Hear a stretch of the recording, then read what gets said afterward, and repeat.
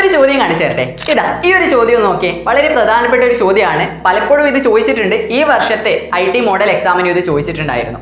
അപ്പോൾ ഇവിടെ ചോദ്യത്തിൽ പറഞ്ഞിരിക്കുന്നത് അവിടെ ഒരു പൈത്തൺ പ്രോഗ്രാം നൽകിയിട്ടുണ്ട്. ഇതിന്റെ ഔട്ട്പുട്ടിൽ എത്ര സർക്കിൾ ഉണ്ടാകും, എത്ര വൃത്തങ്ങൾ ഉണ്ടാകും എന്നാണ് ചോദിച്ചിരിക്കുന്നത്. അപ്പോൾ ഇത്തരത്തിലൊരു ചോദ്യം കണ്ടു കഴിഞ്ഞാൽ നമ്മൾ ആദ്യം ശ്രദ്ധിക്കുന്നത് എന്തായിരിക്കും? ആ പൈത്തൺ പ്രോഗ്രാം ആയിരിക്കുമല്ലോ. അപ്പോൾ ആ പൈത്തൺ പ്രോഗ്രാം ശ്രദ്ധിക്കും. അവിടെ നമ്മൾ ഫോർ ഐ ഇൻ റേഞ്ച് എന്ന ആ ലൈന് കാണും. അവിടെ ബ്രാക്കറ്റിൽ 3 സംഖ്യകൾ കൊടുത്തിട്ടുണ്ട്.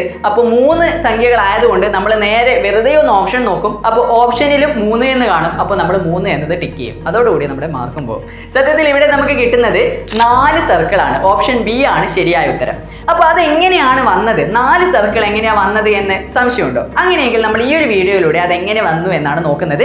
അവിടെ ഫോർ ഐ ഇൻ റേഞ്ച് എന്ന് പറഞ്ഞ ആ ലൈന് തന്നെയാണ് നിങ്ങൾ ശ്രദ്ധിക്കേണ്ടത്. ആ ബ്രാക്കറ്റിൽ നൽകിയിട്ടുള്ള ആ കാര്യങ്ങൾ ഞാനൊന്ന് ഇവിടെ എടുത്തെഴുതുകയാണ്.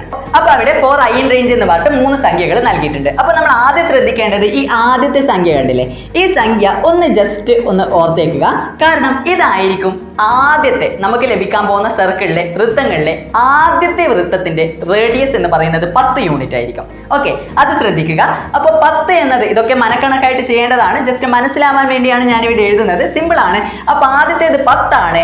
രണ്ടാമത്തെ സർക്കിൾ എന്ന് പറയുന്നത് ഈ 10നോട് ഇവിടെ നമുക്ക് നൽകിയിട്ടുള്ള 3 സംഖ്യകളിൽ അവസാനത്തെ സംഖ്യയായ ഈ 20 കൂട്ടുക. ഈ 10നോട് 20 കൂട്ടിക്കഴിഞ്ഞാൽ നമുക്ക് 30 കിട്ടും. ഇതായിരിക്കും രണ്ടാമത്തെ സർക്കിളിന്റെ റേഡിയസ് എന്ന് പറയുന്നത്. 30 യൂണിറ്റ് ആയിരിക്കും. വീണ്ടും ഈ 30നോട് ഈ 20 കൂട്ടുക. അപ്പോൾ നമുക്ക് 50 കിട്ടും. ഇത്തരത്തിൽ ഈ ലാസ്റ്റ് സംഖ്യ കൂട്ടി കൂട്ടി പോവുക. എത്ര വരെ കൂട്ടുക? നമ്മുടെ ഈ നടുവിലുള്ള സംഖ്യ കണ്ടോ, 81 ആണല്ലോ. ഈ 81ന് തൊട്ടടുത്തെത്തുന്നത് വരെ കൂട്ടുക. അപ്പൊ നമുക്ക് അങ്ങനെ ആ 20 കൂട്ടി കൂട്ടി പോകാം. 10 ആയി, 30 ആയി, 50 ആയി. 50നോട് വീണ്ടും 20 കൂട്ടുന്നു, 70 ആയി. ഇനി ഞാൻ ഈ 70നോട് വീണ്ടും 20 കൂട്ടിക്കഴിഞ്ഞാൽ എനിക്ക് 90 കിട്ടിപ്പോകും. 90 അല്ല എനിക്ക് വേണ്ടത്. എൻ്റെ പരിധി എന്ന് പറയുന്നത് 81 ആണ്. 81 അടുത്തെത്തുന്നത് വരെ ആയിരിക്കണം. ഓക്കെ, 81 കഴിയരുത്. അപ്പോൾ 70 വരെ എനിക്ക് പോകാൻ പറ്റും. അപ്പോൾ ഇവിടെ നോക്കൂ, 1 2 3 4. So answer is 4. 4 സർക്കിൾ ആയിരിക്കും എനിക്കിവിടെ കിട്ടുന്നത്. ഇത് നമുക്ക് മനക്കണക്കായിട്ട് തന്നെ ചെയ്യാൻ പറ്റുന്നതേ ഉള്ളൂ. അതായത് ആദ്യത്തെ സംഖ്യയിൽ നമ്മൾ തുടങ്ങി ഈ അവസാനത്തെ സംഖ്യ നമ്മൾ കൂട്ടിക്കൂട്ടി വന്നു ഈ 81 എന്ന അഥവാ നടുവിലുള്ള സംഖ്യയുടെ തൊട്ടടുത്തെത്തുന്നത് വരെ. അതിനുള്ളിൽ അത് കഴിഞ്ഞു പോകരുത് എന്നർത്ഥം. അങ്ങനെയെങ്കിൽ ഞാൻ ഇവിടെ ചെറിയൊരു മാറ്റം വരുത്തിയിട്ട് മറ്റൊരു ചോദ്യം തരികയാണ്.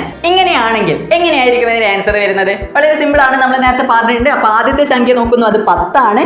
ഇനി രണ്ടാമത് എന്ന് പറയുന്നത് ഈ 10നോട് ഈ ലാസ്റ്റത്തെ സംഖ്യ 20 കൂട്ടുക. അപ്പോൾ 30 എന്ന് കിട്ടും. ഈ 30നോട് വീണ്ടും 20 കൂട്ടുന്നു.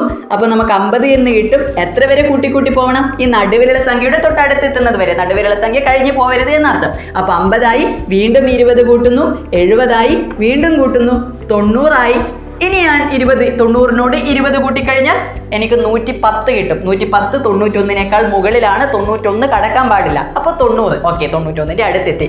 ഇത്രയും വേണ്ടു. അപ്പോൾ നമ്മൾ ഇതൊന്ന് എണ്ണി നോക്കുന്നു. 1 2 3 4 5. സോ നമുക്ക് കിട്ടാൻ വേണ്ടി പോകുന്ന സർക്കിൾ എന്ന് പറയുന്നത് 5 ആയിരിക്കും. മനക്കണക്കായിട്ട് വളരെ സിമ്പിൾ ആയിട്ട് ചെയ്യാൻ പറ്റിയ ഒരു കാര്യമാണിത്. ഓക്കെ, അപ്പോൾ നിങ്ങൾക്ക് ഇപ്പോൾ ഇവിടെ നൽകിയിട്ടുള്ള ചോദ്യത്തിന്റെ ഉത്തരം എന്ന് പറയുന്നത് 4 ആണ്. ഈ രീതിയിൽ വളരെ പെട്ടെന്ന് നിങ്ങൾക്ക് കണ്ടുപിടിക്കാം. അപ്പോൾ ഇവിടെ ഏത് സംഖ്യ തന്നാലും ഓപ്ഷൻസ് എങ്ങനെ നൽകിയാലും ഇനി നിങ്ങൾ തെറ്റിക്കാൻ പാടില്ല. ഈ വീഡിയോ കണ്ട ഒരു കുട്ടി പോലും ഇനി തെറ്റിക്കില്ല എന്നാണെങ്കിൽ നല്ല പവറോടുകൂടി ലൈക്ക് ബട്ടൺ ഒന്ന് അമർത്തി പൊട്ടിച്ചേക്ക്. അപ്പോൾ അടുത്തൊരു അടിപൊളി വീഡിയോ ആയിട്ട് വീണ്ടും കാണുന്നവരെ ഇറ്റ്സ് ബി ദർശൻ.